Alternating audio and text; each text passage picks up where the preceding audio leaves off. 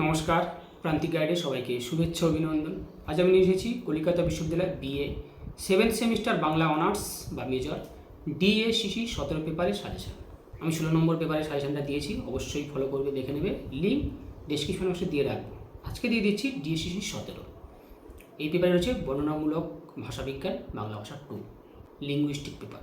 ভীষণ কঠিন, কিন্তু এমনিতে 7th সেমিস্টার মানে ভীষণ কঠিন, আর এই পেপারটা সব থেকে কঠিন। সমস্ত পেপারগুলো তার তুলনায় ভাষাবিজ্ঞান লিঙ্গুইস্টিক মানে যথেষ্ট কঠিন।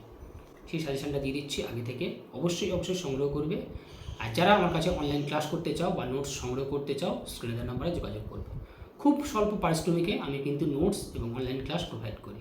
নিয়মিত অনলাইন ক্লাস এবং ক্লাসের রেকর্ডিংও থাকে। আনফর্চুনেটলি ক্লাস মিস করে গেলে ক্লাসের রেকর্ডিংও পেয়ে যাবে। তাই যারা আগ্রহী অবশ্যই স্ক্রিনে দেওয়া নাম্বারে যোগাযোগ করবে, সমস্ত কিছু পেয়ে যাবে। প্রান্তিক গাইড তোমাদের সেবায় রয়েছে, পাশে রয়েছে। আর তোমাদের কোনো টপিক্সের নোটসের আলোচনা বা আপলোডিং প্রয়োজন হলে অবশ্যই কমেন্টস করে জানাবে। কোন টপিক্সের আলোচনা প্রয়োজন বা নোটস আপলোডিং প্রয়োজন কমেন্টস করে জানাবে, আমি সেটা আপলোড দেবো, আলোচনা করে দেবো, চিন্তা নেই। প্রান্তিক গাইড তোমাদের সেবা রয়েছে, পাশে রয়েছে। এবং আমার কাছে নোটস নিলে সমস্ত কিছু পেয়ে যাবে, যেমন কবরে অথবা রয়েছে বাস্তুভিটাও পাবে, কবরও পাবে, বিশাল বৃক্ষ পাবে, বা ছোটো গল্পগুলো রয়েছে এগুলোও পাবে। অন্নদামঙ্গল অথবা ময়মনসিংহ গীতিকা রয়েছে, দুটো যেটা নেবে সেটা পাবে। সমস্ত নোটস সাজেশান সব কিছু পেয়ে যাবে, আমার কাছে চিন্তা নেই। পরীক্ষা প্রস্তুতিতে এক ধাপ নিজেকে এগিয়ে রাখতে, ভালো রেজাল্ট করতে গেলে, পাস করতে গেলে অবশ্যই কিন্তু প্রান্তিক গাইড তোমাদের কাছে বেস্ট চয়েস, ফার্স্ট চয়েস। যেমনভাবে বলবো, যে গাইডলাইনটা দেবো তেমনভাবেই ফলো করবে, অবশ্যই ভালো রেজাল্ট হবে। আমি সবসময় টার্গেট দিই কিন্তু 75 থেকে 80%। অবশ্যই সেটা পাওয়া যায়, পাওয়া সম্ভব। যে সাজেশনগুলো দেবো সেগুলোই ফলো করতে হবে। তবে হ্যাঁ, ওই 75% বা 80% মার্কস আমি তুলবো আর শুধুমাত্র 2-3-4টে নোটস মুখস্থ হয়ে যাবে তেমন নয়। যে সাজেশানটা দেবো সেটাকেই ফলো করতে হবে। আমি বলছি না পুরো সিলেবাস ফলো করতে হবে, যে সাজেশানটা দেবো সেটাকেই ফলো করবে। আমি আজকে দিয়ে দিচ্ছি মডিউল 1 আর 2 থেকে যে কোশ্চেন সেটআপটা করেছি, মডেল কোশ্চেন, সেটা আমি দিচ্ছি, অবশ্যই ফলো করবে। মডিউল 1-এ রয়েছে তোমাদের উচ্চারণ স্থান ও উচ্চারণ প্রকৃতি অনুযায়ী স্বরধ্বনির বর্গীকরণ করো। আর এই পেপারে মানে বিশেষ করে এই মডিউলে আইপিএ রয়েছে, স্বনিম রয়েছে, শিখে রাখবে। একদম ফুল মার্কস পাবে ওগুলোতে, স্বনিম বা আইপিএ। এবং তোমাদের ওটা 1-এও আসবে, 5-এও আসবে, 15-তে দিতে পারে। উচ্চারণ স্থান ও প্রকৃতি অনুযায়ী স্বরধ্বনিগুলোর বর্গীকরণ করো।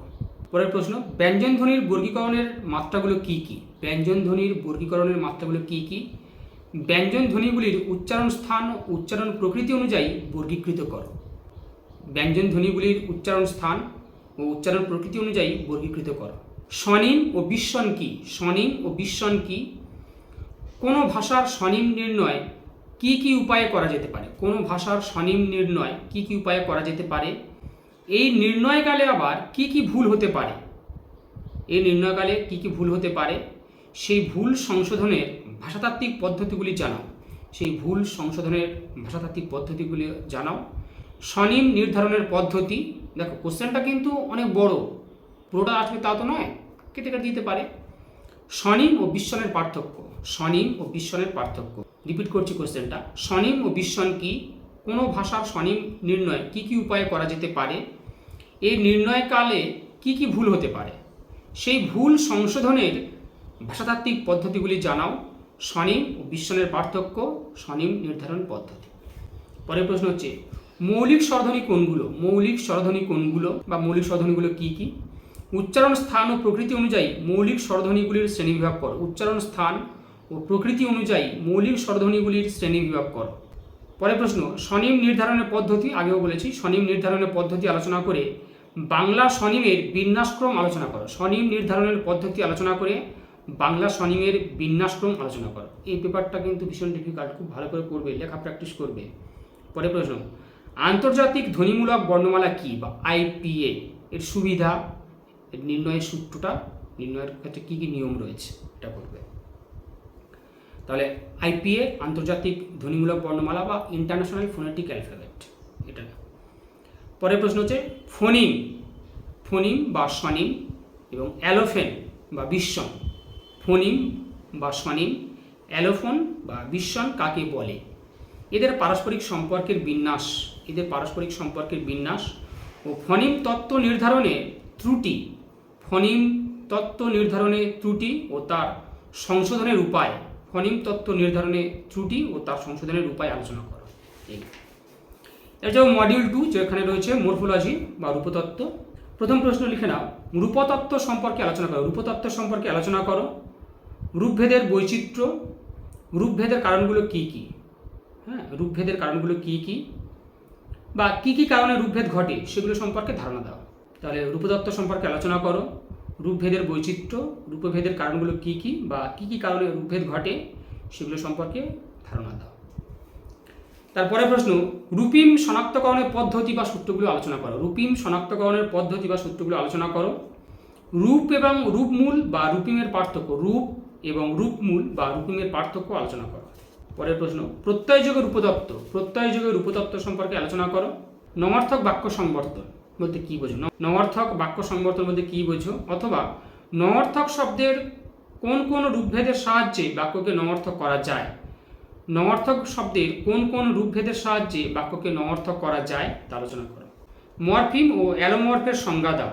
মরফিম ও অ্যালোমর্ফের সংজ্ঞা দাও, সে সম্পর্কে আলোচনা করবে। পরের প্রশ্ন, রূপিম কাকে বলে শ্রেণীবিভাগ করো। বাংলা ভাষায় ব্যবহৃত রূপিম সম্পর্কে আলোচনা করো। রূপিম কাকে বলে শ্রেণীবিভাগ করো। বাংলা ভাষায় ব্যবহৃত রূপিম সম্পর্কে আলোচনা করো। পরের প্রশ্ন, রূপমূল ও রূপভেদ কাকে বলে উদাহরণসহ ব্যাখ্যা করো। রূপমূল ও রূপভেদ কাকে বলে উদাহরণসহ ব্যাখ্যা করো।